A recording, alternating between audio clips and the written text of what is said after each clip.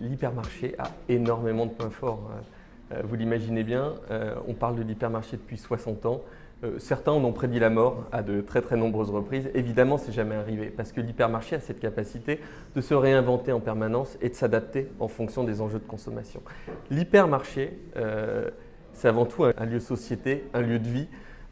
C'est parfois la salle de jeu quand l'appartement est devenu un petit peu trop petit. C'est l'endroit où un enfant peut s'asseoir et lire un livre dans un environnement confortable. Et puis pour d'autres, c'est un endroit dans lequel on vient briser la solitude. Donc l'hypermarché, il a une vocation sociale. Ensuite, l'hypermarché, c'est un lieu de formation. C'est un lieu de formation et de révélation des talents. On a aujourd'hui, nous, 6000 alternants dans l'entreprise, donc on est en train de former les générations d'étudiants et de Français de demain et on est en train d'aller essayer, de par notre activité, révéler leur personnalité et leur talent. Et puis, l'hypermarché, c'est aussi un lieu de composition, de recomposition d'une offre absolument incroyable. Gérard Mullier, le fondateur de cette magnifique entreprise, disait que la vocation de l'hypermarché, c'est rendre accessible l'inaccessible. Moi, je vais plus loin en disant que finalement, de par ce qu'on est capable de faire en termes de sélection, en termes de promotion d'une offre bonne, saine, utile, consciente des enjeux de souveraineté alimentaire et de préservation du monde agricole, c'est la possibilité de consommer ce que l'on veut et pas nécessairement ce que l'on peut, parce que justement, on ouvre le champ des possibles à tous les typologies de consommateurs.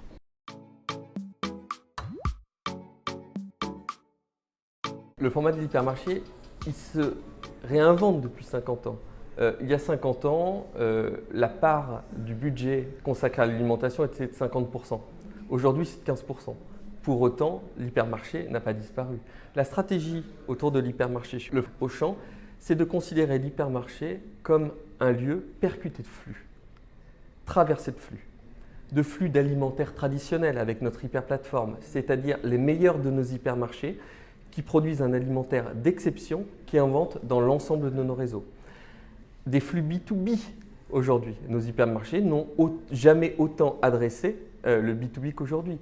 Et puis, toute cette vocation aujourd'hui de rôle urbain éminemment important avec cette vocation d'entrepôt de proximité, de zone de stockage, d'accueil de colis, relais colis Vinted. Donc en fait, l'hypermarché est à envisager comme un lieu éminemment social, éminemment local, ancré dans sa zone de vie et percuté de flux.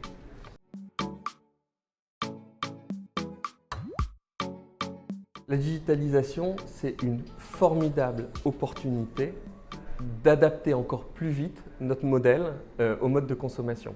Et puis la digitalisation, c'est aussi la possibilité d'aller générer des gains de productivité parce qu'évidemment, il faut équilibrer un modèle économique avec des règles de jeu qui changent en permanence.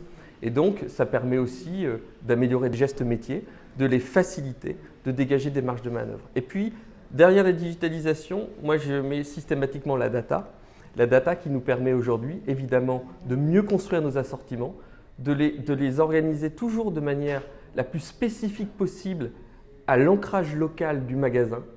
Okay, c'est fondamental, c'est-à-dire chaque hypermarché de plus en plus aura une typicité d'offre qui correspond à sa zone de vie. Et ça, c'est grâce à la data qu'on peut faire ça.